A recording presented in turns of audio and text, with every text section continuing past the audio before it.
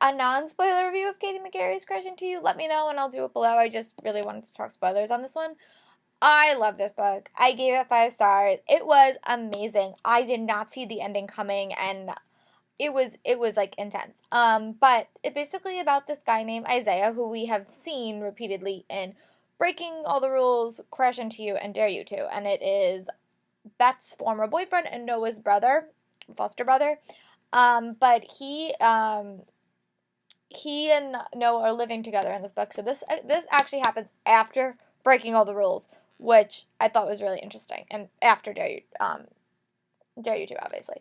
But he goes drag racing one night, and this girl named Rachel, who has crippling social anxiety to the point where it is like bad. They wind up in the situation and they wind up drag racing, and Rachel loses, and they owe the people that Isaiah is friends with like $6,000 or $8,000 or something.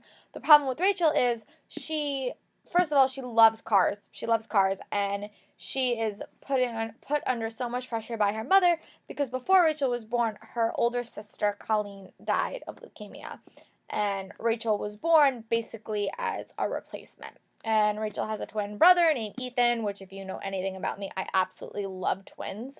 So I thought their relationship was really unique, and I thought that the development of this relationship was really different than both the Dare You To one and the Pushing the Limits one, because they really became friends based around the fact that they owed this guy money, but it became so much more than that. Um, it really dealt with a lot of different topics. It dealt with the anxiety and the depression that Rachel felt, and then it dealt with her falling in love with Isaiah, and then it dealt with Isaiah's issues, and it really filled out the world. Like, we got to see Beth and Logan again, who I love. I love Logan.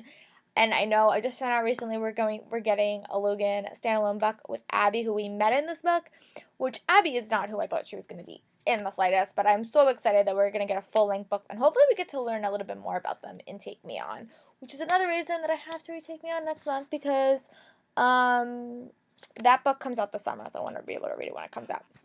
But I really loved it, and the ending, can we just talk about the ending?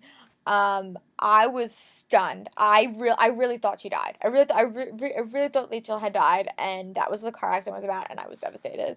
And then I turned the page and I was like, oh my gosh, she's still alive. So that was a very, very big relief to me, because I really, really love those characters.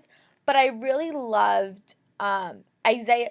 I really liked seeing Isaiah's sweet side in this book, because I don't think you got to see that in the previous 2 books, in Dare You To and Pushing the Limits, or Breaking All the Rules. But I really thought that seeing his sweet side, especially in reference to Rachel, was awesome. And I loved how Isaiah didn't care what anyone thought. He just wanted Rachel to be safe. And I thought it was really interesting in this book that they really stressed her safety in this book. And I think sometimes people forget that safety isn't just your parents beating you, or safety isn't that. It's really about the emotional abuse and like how much pressure was put on this girl because her older sister died, and she felt like she was our replacement. I thought it was even more interesting because the mother basically said that's what she was doing. Like, the mother, when it came out, when the end of the book happened and when Rachel was in physical therapy, the mother basically says, yes, that is exactly what happened. And I felt for that whole entire family. Like, I felt for everyone. And Rachel, like, it was heartbreaking. Like, you don't want to be seen in anyone's eyes as a replacement. And that's what she felt. And unfortunately, for most of the book, she was right. And I just thought that it's so interesting, because sometimes you feel like that, but this girl literally was like that. But I just loved it. And I thought it gave a really interesting take on the foster system. Like, you mentioned, like, getting phased out of the system at 18, like what happens to Isaiah, and he has all these skills, but he's still just a foster kid. And I thought that was really interesting. I love the presence of the 2 social workers in this book and how different their approaches were. And I loved Isaiah. Like, I loved Isaiah's mom coming back. I really loved Isaiah and Beth talking.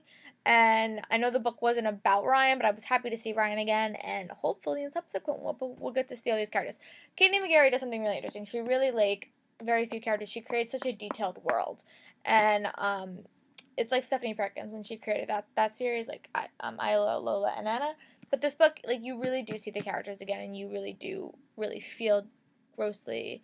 It feels like a world. It feels like these characters you could walk up on the street. So I really love this book.